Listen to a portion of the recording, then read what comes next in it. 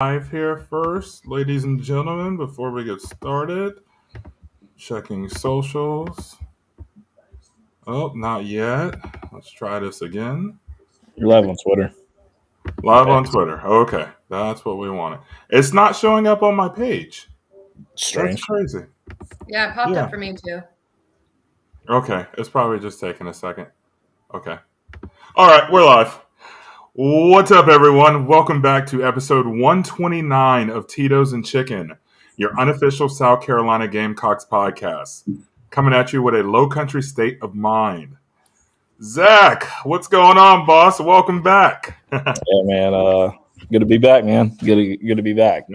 Yeah. Unfortunately, we didn't finish the season like we wanted to, but it happens. Yeah, it is what it is.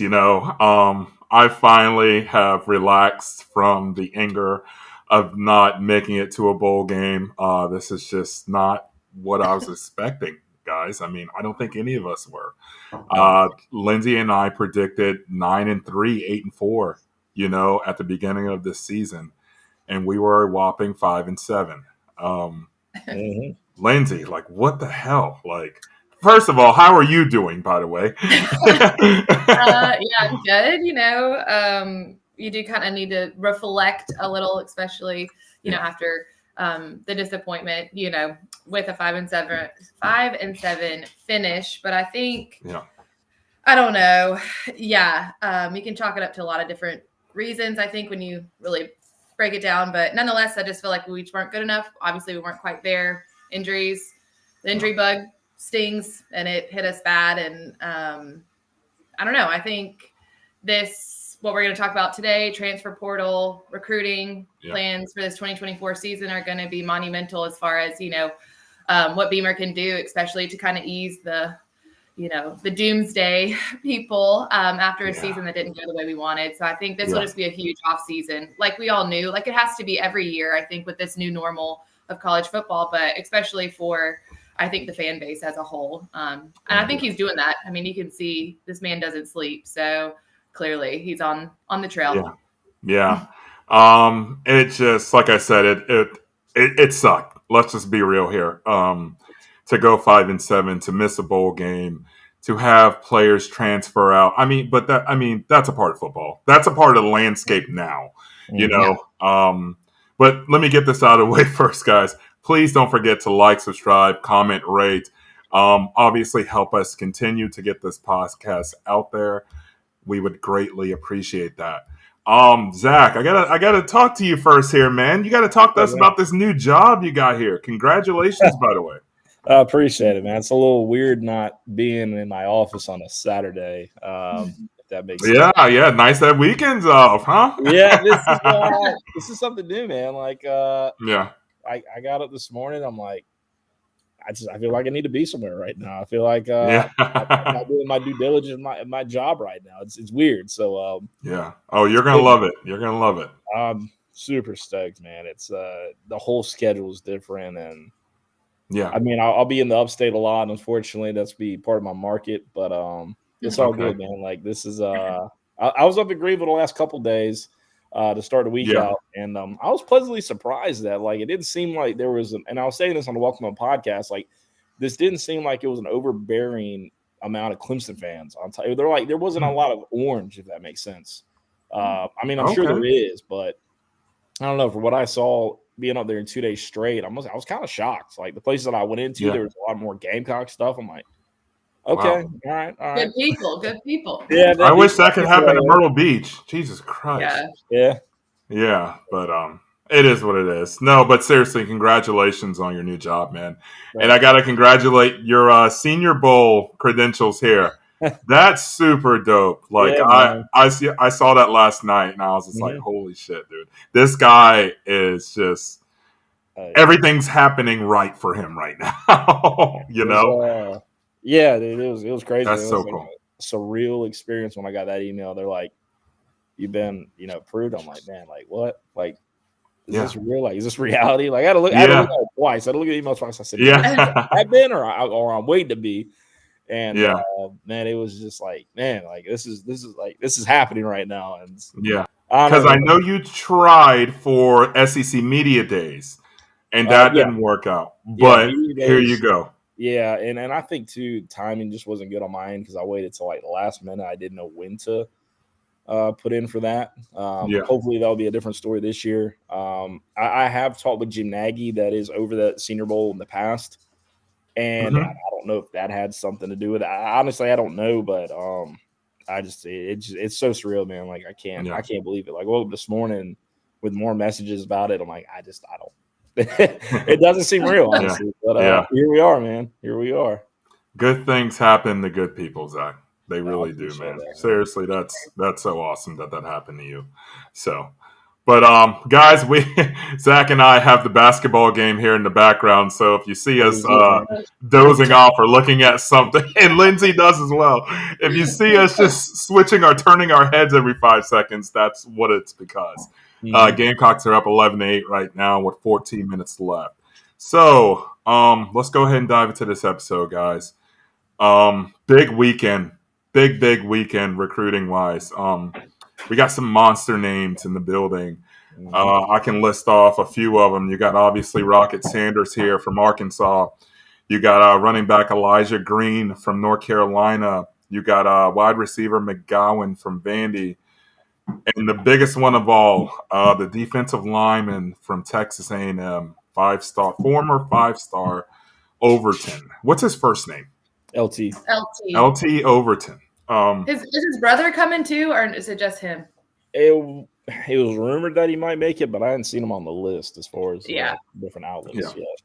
Yeah. So my question, like what we were talking about earlier, where does the whole Overton thing come from? Like how that just caught me as a surprise that he wanted to come here. Yeah, honestly, I don't know where that came from. No type of connection with any of the coaching staff? I looked. I don't know where it came from. You consider who was on staff with us in South Carolina. Clayton White, you don't see a connection there. Torian Gray, no connection there. Sterling Lucas, there might be something that tracks in there because Sterling was the one that was at the airport with Shane last night at midnight. And I know Travian, I don't think had anything to do with it unless he was recruiting when he was at Tulane, which I doubt it. But it's massive though, man, to get a guy like that in Columbia and it actually happened like the way it did. I mean, and I made a joke last night, once he got picked up at the airport at, like I said, midnight or past midnight, and that Shane was there with Sterling Lucas. Like if this was the HBC, it would have been the assistant. If this was Will Muschamp that was ahead of it, he would have had the water guy, the Gatorade guy, pick him up from the airport. Like it's just crazy, man. That sounds about right. Yeah. No, massive names those are, and we need each and every one of those players. If you want me to be honest, especially with the amount of guys we've had departed, I think we're at 16 now total transfer portal wise. This new landscape of college football, guys, I don't like it. I don't like the fact that a guy can just up and leave like that so easily, Yeah. It's just wild to me. But that's just where we are, But yeah, big recruiting weekend. Obviously, we hope we can get a few of these guys. That would be amazing. Anything would help. Garnet Trust is doing amazing things. Where are we at, or where are they at right now? Currently, 500,000, maybe, or a little less. Okay, gotcha. No, what Garnet Trust is doing is big. Because this is what it is. These players got to get paid. Especially a player like Overton. I feel like we would throw him the bag, literally. So, but I just hate this. I hate talking about we have to give money to players, college athletes, to come play for our university. I mean, Lindsay, what do you think about that? Yeah, no, I totally agree. It is sad for this sport in a sense of just because I believe that they should be getting money for their efforts. I really do. Like, I'm not anti. Like, I think we all can agree there, but I think the issue is they there's no regulation, there's no control, no there's cap. no way to really stop the amount of tampering and just like stuff that's going on behind the scenes. And so that's what's really upsetting. And I don't know how you reel it back in. It's like you let it loose. It's like Pandora's box. Like it opened up and it's like, how do you regulate it now? Because it's been how many years? A couple, right, of this. Yeah. So that's what's sad, I think. And then it was funny. Like I was at dinner with some friends last night and we were talking about like remembering Clowney's signing day and like how epic that was when he chose us over Clemson. And then it was like, we got him for 4 years, like that was like huge, like just like the amount of like commitment, which is totally different from what we see now. I mean, yeah, they can sign with you, they can intend to come, but they can stay a year and bounce. We've seen it, in our own program. Yeah. So it's just crazy. But I think now the issue will become, it's going to be a money game, who can pay out and, what donors are willing to give for the program. And I think that's what's going to be sad about it, unregulated, is that you'll have top 4 or 5 programs that can pay, like Texas and, Oregon and all of these people. Ohio State, Michigan. Ohio State, how can you compete with that? You can't. So that's going to be what's going to be unfortunate unless something comes. And I don't see anybody really coming in to regulate because it's now it's a business, so it is what it is. Like you said, they've opened Pandora's box. I mean, that was perfect way of saying that. Yeah, it's just you can't. I don't know how you reel it back in, but I think it's interesting that this is Shane Beamer's first tenure as a head coach, and he's been thrust into this, so I feel like that sucks for him, but also he's learning, how it goes. And you think about that compared to a coach that's been in it for years without this transfer portal and without the NIL. Think about Dabo, honestly, and how he was so reluctant and kind of doesn't understand really how to navigate. So I think that Shane has that going for him too, which is an interesting perspective, I guess, to look at. But yeah, I don't know. It's crazy. And the thing about it too is like what Shane Beamer's done at South Carolina. I mean, with that, what he's done in the portal, despite last season wasn't very good as far as the haul that he had, but look at what he's done so far on this offseason and what he's kept at South Carolina. Because look, there were people they're calling Debo Williams, they were calling Nicky Nwori, Tonka, they're calling Tree. I mean, they're probably calling Kilgore. I mean, look, there's names that South Carolina could easily lost, and you really look at hindsight 2020 of what they've lost. It's really not that bad, I can see. Yeah, I agree. I agree. Tennessee just lost one of their top pass rushers yesterday. Insane, dude. That was insane. Yeah, it's happening to everybody. I was just gonna say, and when we were having this exodus of players, I'm like, God, why is this happening to us? This is only happening to us. But it's really not. I didn't look at the landscape. I didn't look at the SEC to see like, hey, there are other teams that are dealing with this same situation that we're dealing with. And hey, it's not that bad here, So thankfully we were able to keep our defensive line. We'll get to that in a little bit. But we still have some holes to fill. That's not even a question. There's no quarterbacks visiting this weekend. No. So we need a quarterback. Someone to compete with Lenoris or someone to back him up. Yeah, and there's people that are like, oh, Lenoris doesn't need competition. He absolutely does. No, he does. And he'll tell you that. He will tell you that. Lenoris is a guy that, I don't know if you heard the quote from, I can't remember the quote. It was from Dow Loggins, I believe, about saying that, the grandma was saying, did you tell my grandson that he sucks? Because that's the only thing. You got to keep telling him that he sucks because you're going to want to make him better. But you're right. Yeah, so competition, competition brings out a lot of people, and Lenoris won't stray from it. I can tell you that. So, we need somebody back there besides Dante Reno. I was going to say quarterbacks on roster. Lenoris. Who else is there? Good Lord. I'm having a mind blank. Luke Jody. Luke Jody. Yeah, I literally had a mind blank. I was like, who the hell? But I feel like Luke has kind of really just moved to the wide receiver position that he's really just taken all that in and he's accepted it. Yeah, I may be wrong. Maybe next year he is QB2.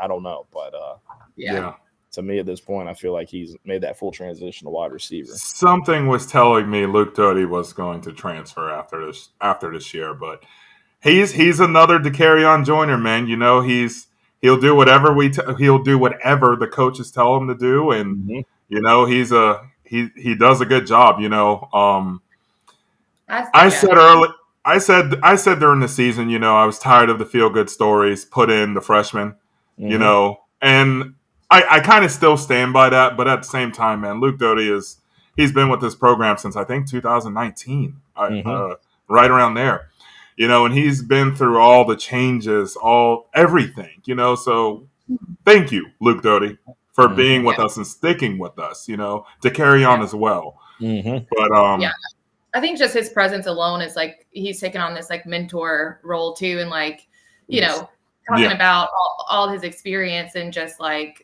adversity, you know, all of it. I mean, that's huge to have someone that still continues to show up and commit to the program and to show kids like what it means, you know, to be in this ever-changing college football realm where it's like, oh, bye, like I didn't get what I wanted, bye. And like to see him kind of talk up, you know, why this university is important, build that culture. I think that's important. You know, that's how you keep guys. And so mad respect for Luke Doty for sure. I'll tell you this, as far as the portal goes, South Carolina, and when I say this, I'm not trying to upset fans when I say this, but I'm going to say it anyways. They need to do everything possible to not become a stepping stone, right?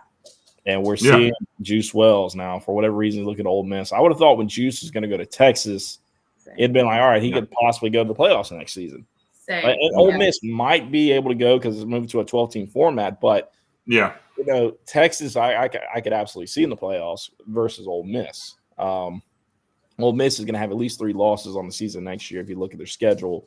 They've got some tough ones out there already listed.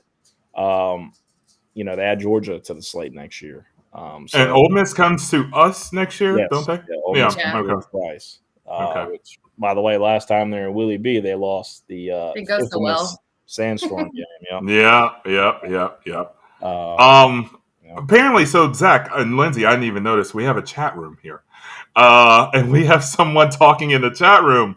He has a question. He says, do we get any of those recruits that we have coming this weekend? What are your thoughts on that, Zach? Yeah, I think we get Rocket maybe. I've been getting a lot of buzz around him. What it comes down to is how they end this week. And you come home out with a welcome home, or do you have other visits listed? If you have this, you know, one of these guys say, all right, well, I got to go to California next, or Oklahoma, or Texas, or what have you, Alabama, that's where the issue is going to be at, right? Yeah, you got to get them to commit this weekend. Because, like you said, if they go elsewhere, then things could change, and they're like, oh, this is something different. No. So, what you're saying. Yeah. So I think it's possible. Jaden McGowan, it's any day now with Jaden McGowan. He wanted to come home for the longest, so expect that welcome home. Which that's a lot of speed. You know, speed kills in the SEC. You know, there are fans out there like, oh, I need to have the 6'5", 6'4" wide receivers. But look, man, back when South Carolina had some of those big 11-win seasons, look who was that wide receiver. Nick Jones, A. Sanders, Bruce Ellington. I mean, but those guys were speed. You know, we had all speed. We had speed guys and one big guy, pretty much, which was Alshon or Shaq I'm trying to think about Shaq Rowland. So, but I don't know. This is a big weekend recruiting wise, and something tells me we're going to get the Rocket Sanders, but we'll see. We'll see after this weekend.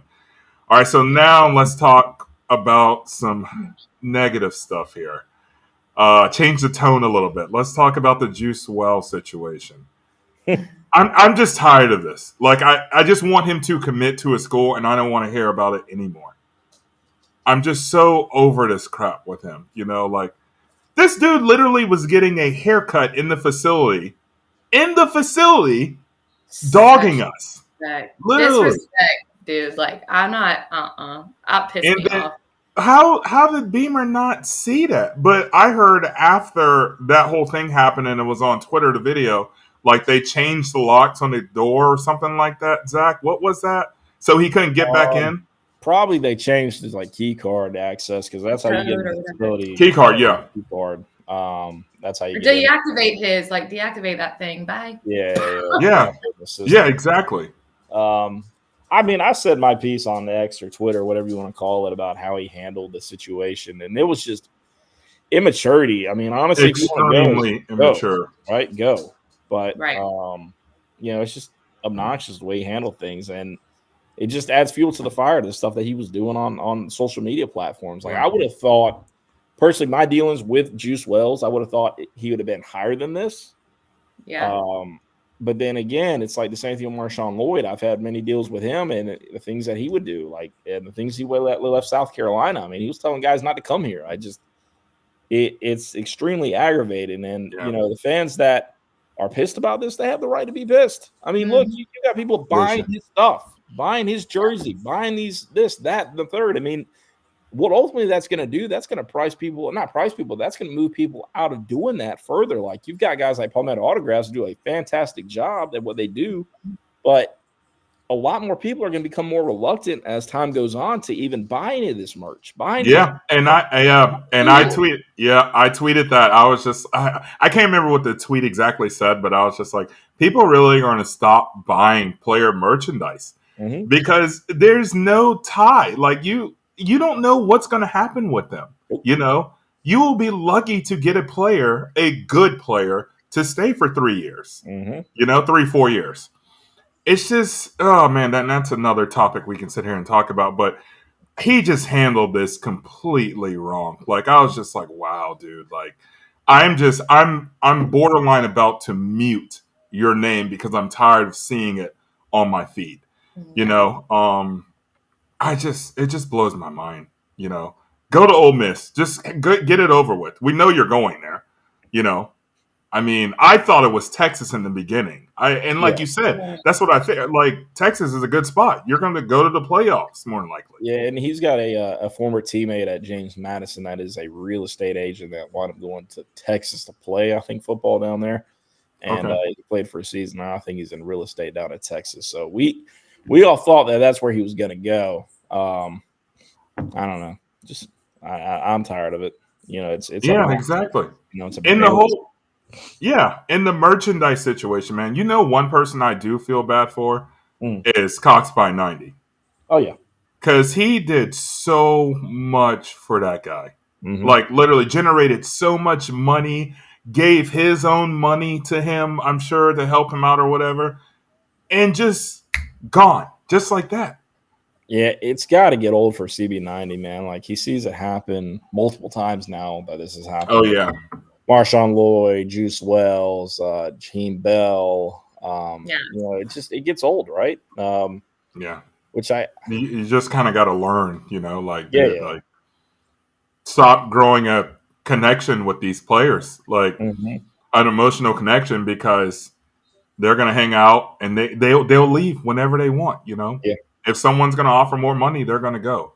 It's funny what we're seeing, and I don't know what the cause and why, but if you look at the guys from the state of South Carolina, they haven't been leaving.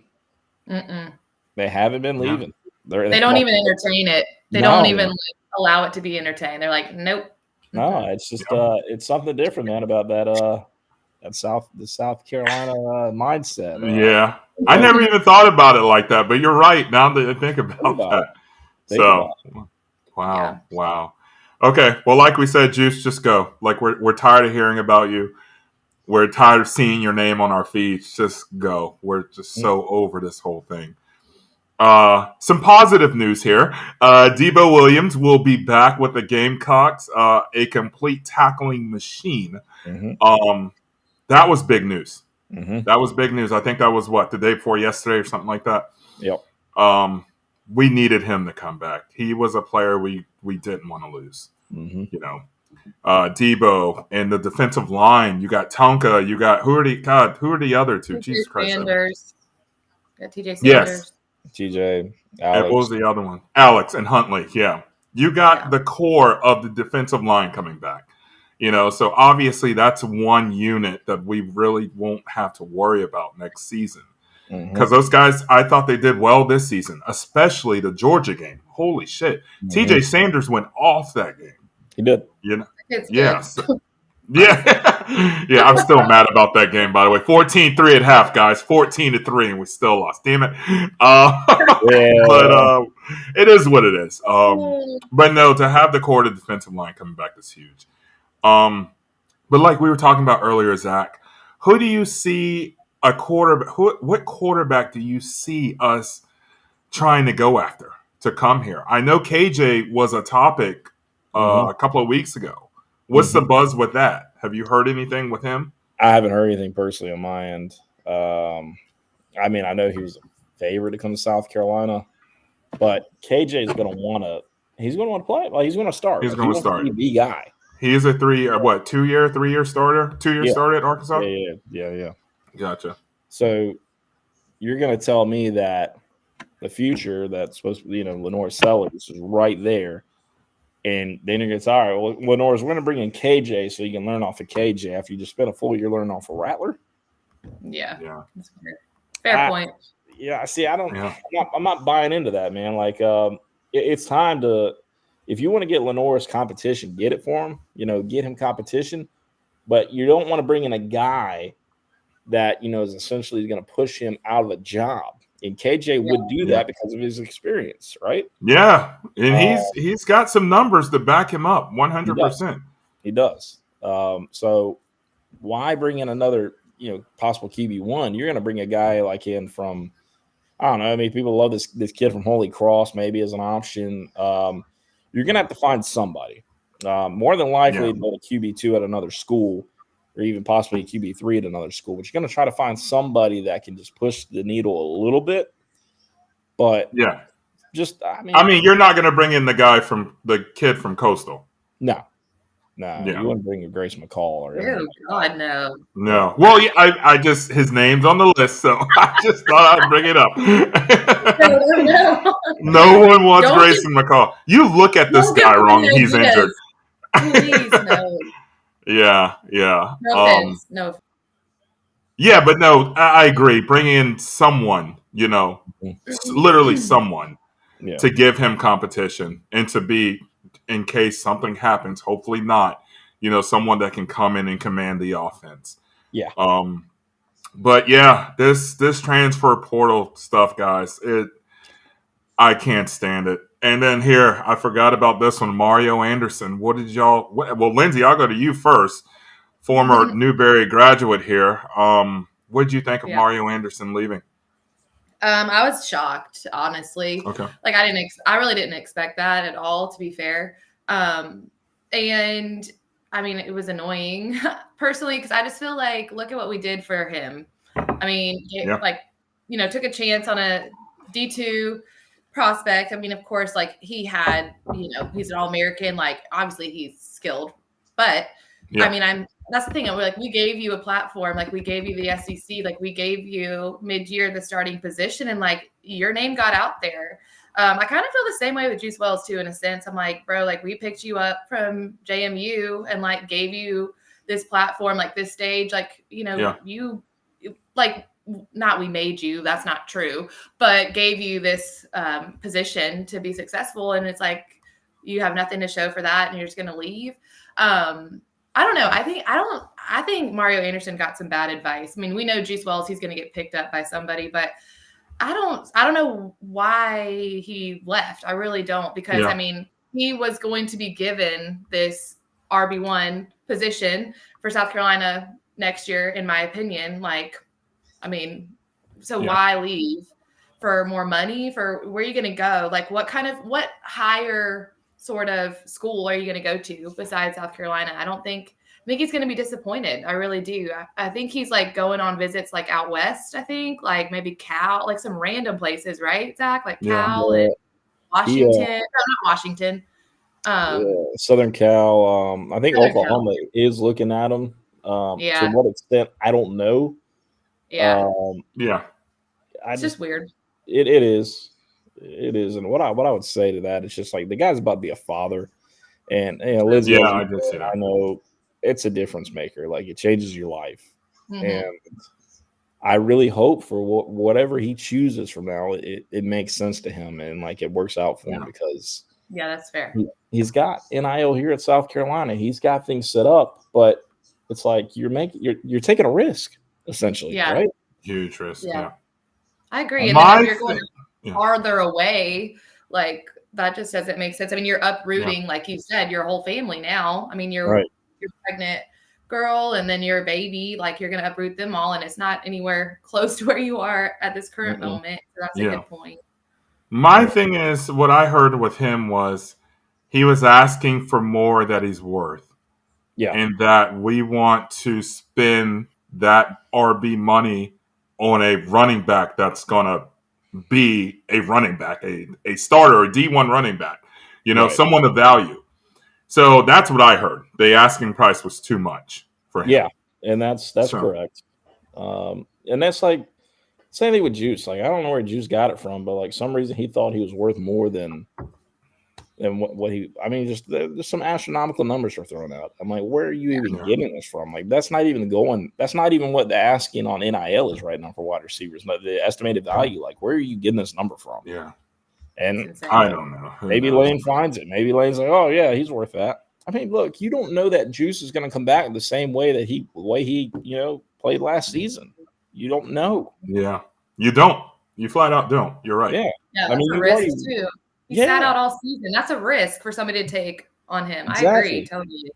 So I'm going to stop you right here real quick, Zach. So is this true? Was he healthy enough to play this season, towards the latter part of the season? Let's just say Clemson game. Right. So obviously he was never fully cleared by the university or the team doctors. Okay. There are people that said that they saw him out and about doing things like, and that's one thing. It's like, look, okay, I get it. You're out and about, but you're not out there, cutting routes. You're not out there making football moves. You're not out there moving your body in a different way. And I don't know, honestly. I don't know the true story to what, and I would like to know, obviously. But at the end of the day, maybe I don't, because that would just probably frustrate me a little bit more. Yeah. For his sake, I hope he was truly injured. I hope that he truly could not play football. I don't know. I mean, but you also see the way that he's handled, and I don't want to go back into it, but I'm going to, the way that he's handled, everything. And it just makes you wonder, like, I don't know, man. It was just so poorly handled. It makes you question, and that's what's upsetting. Like it does as fans, like it makes you question a lot of things, and that's sad. I think because you don't want to do that. You just want to trust what you're told. But I mean, I agree. I think it's really just weird. I don't know. It'll be interesting to see how these decisions that he's made will, show themselves in the future. Like we'll see. I don't know. But that's on him. I mean, end of the day, it's his life. It's his choices. So do whatever. But I still think he's going to Ole Miss. If Lane Kiffin literally is hosting him and taking pictures with him and his dog Juice, like I just think it's how clever, huh? And the golf cart situation, like I just think that's so try hard to me. I don't know. It's just like Lane kind of is a try hard. I have respect for what he's done. I still like Lane though. I don't care. I still like Lane Kiffin. A little. I'm just like, come on, like it's a little too hokey for me. I can't. Yeah, I think we all agree that Lane Kiffin single-handedly put Tennessee in the underground for like the last 10 years because of the stuff. That's fair. Leaving overnight, Tennessee fans losing their mind. Then they bring in who they bring? Dooley, was it? Dooley, yeah, Derek Dooley. What a joke that guy was. Oh my god, that guy was a freaking joke. Jesus. Is he the one that wore the weird pants? Yes, that's him. That is Dooley. That is Dooley for sure. Okay, all right, let's get off the players here real quick, guys. Let's talk about the coaching situation. Zach, do you see any possible coaching departures? Obviously, the running back coach. Everybody wants Clayton White gone, and everyone wants what's the other coach here? I've heard the strength coach. Luke Day. Luke Day, yeah. Have you heard anything with these three names? No, I mean there's just a bunch of rumors out there. There's nothing substantial saying that this coach is leaving, this coach is not leaving. Okay. I mean, here's the thing: you've got all these coaches right now doing all these recruiting visits and even the transfer portal doing that stuff. You got you can see on the timelines that these players in the transfer portal are talking to our current coaches now. Yeah. So I feel like a move would already been made. Personally, I don't. Maybe Luke Day could make a change there, but I don't know. I mean, I would not be shocked to see that full staff that we saw last season here this season. Into the next season. I wouldn't be at this point because you would feel like something would have been done unless something happens, right? Some drastic changes happen after the first signing class, after early National Signing Day. People need to remember that these kids can go back, can leave, and go into the portal for the next, the next portal drop. So that's one thing that a lot of kids, like a lot of fans, don't understand. Like because they signed with South Carolina at early National Signing Day, that doesn't mean that they are locked, set, and sealed to play the next season. They're not. So okay, that's something. So there. With the whole coaching staff or the coaching change, excuse me. So I have heard different. I have heard that Beamer is wanting to make changes, but he wants these guys to have a home first. He's not going to just fire them and they have nowhere to go. He's waiting for them to get picked up or, talked to by other teams. That's what and this was 3 weeks ago when I heard this. So, I mean, I could be completely wrong, but I mean, I don't know, man. I don't know with this whole situation. I mean, let's be real here. Do you guys really want Clayton White back next year? One at a time. I'll go. If you ask me, like week 6, I would say yes. Like get him out. Like get him away. But I think how he ended the season. I mean, our defense played extremely well. They definitely played better. Nobody can doubt that, and it was a scheme change. I mean, it was. And somebody got in his ear and was like, "Bro, this 4-2-5 ain't working. Like, get rid of it." Do this, or maybe your job's on the line. I don't know what was said. I wasn't there.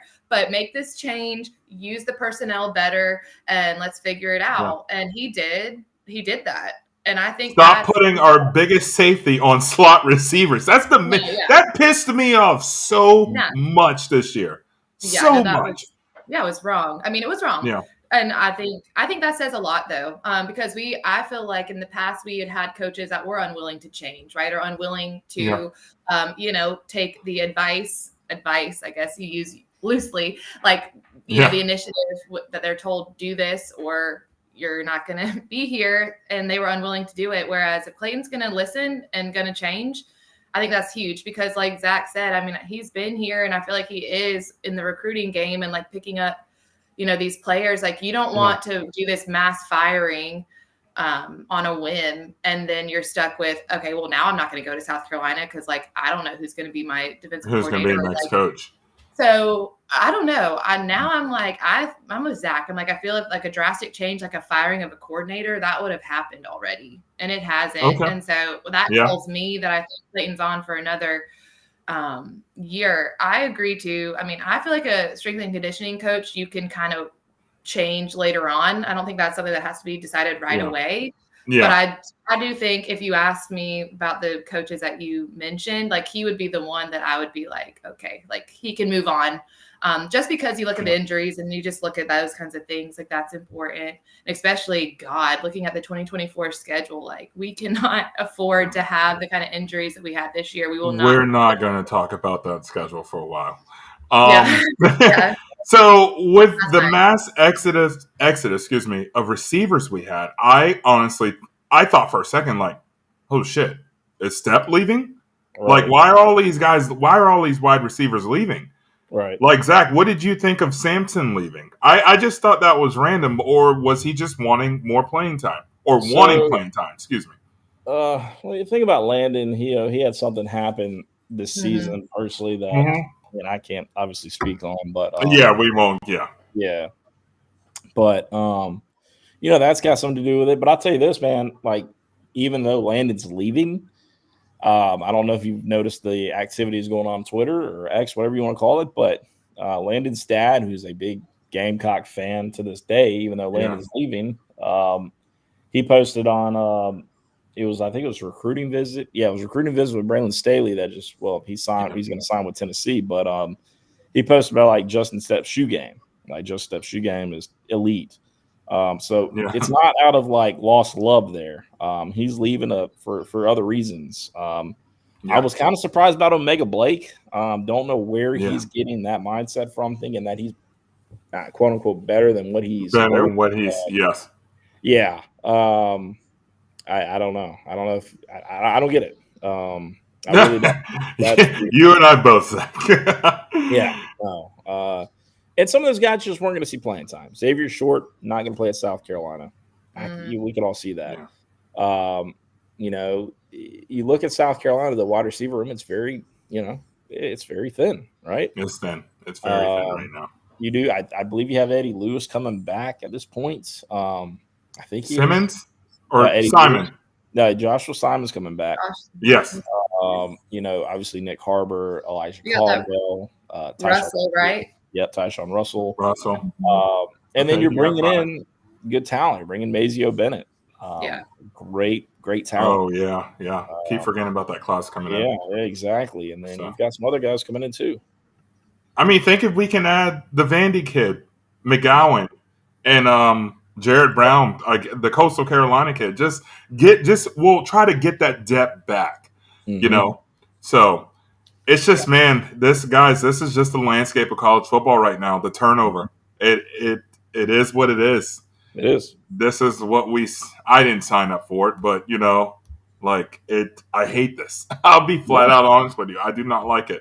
And it's funny, man. Like there's coaches that have been hired with other schools recently, in the upstate mainly, and one of them is not too particular when it comes to recruiting. So I was interested on that hire that with Chris Rump at Clemson. Like that interested me because he's not a big recruiting guy, and you're bringing him to this world of recruiting.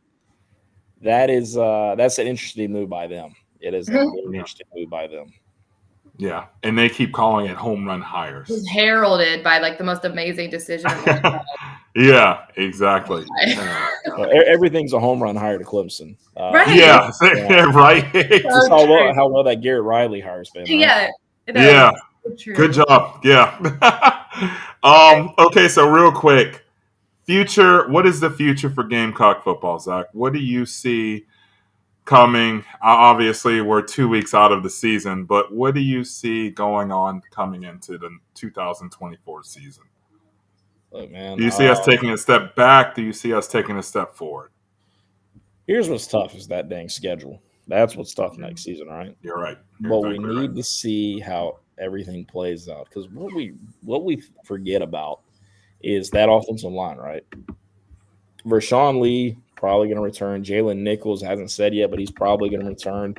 So you're bringing two big guys in right there back, right? You're bringing in Tree, somebody that has had a full season experience against some really good opponents. You're bringing in Trevon Ball, back.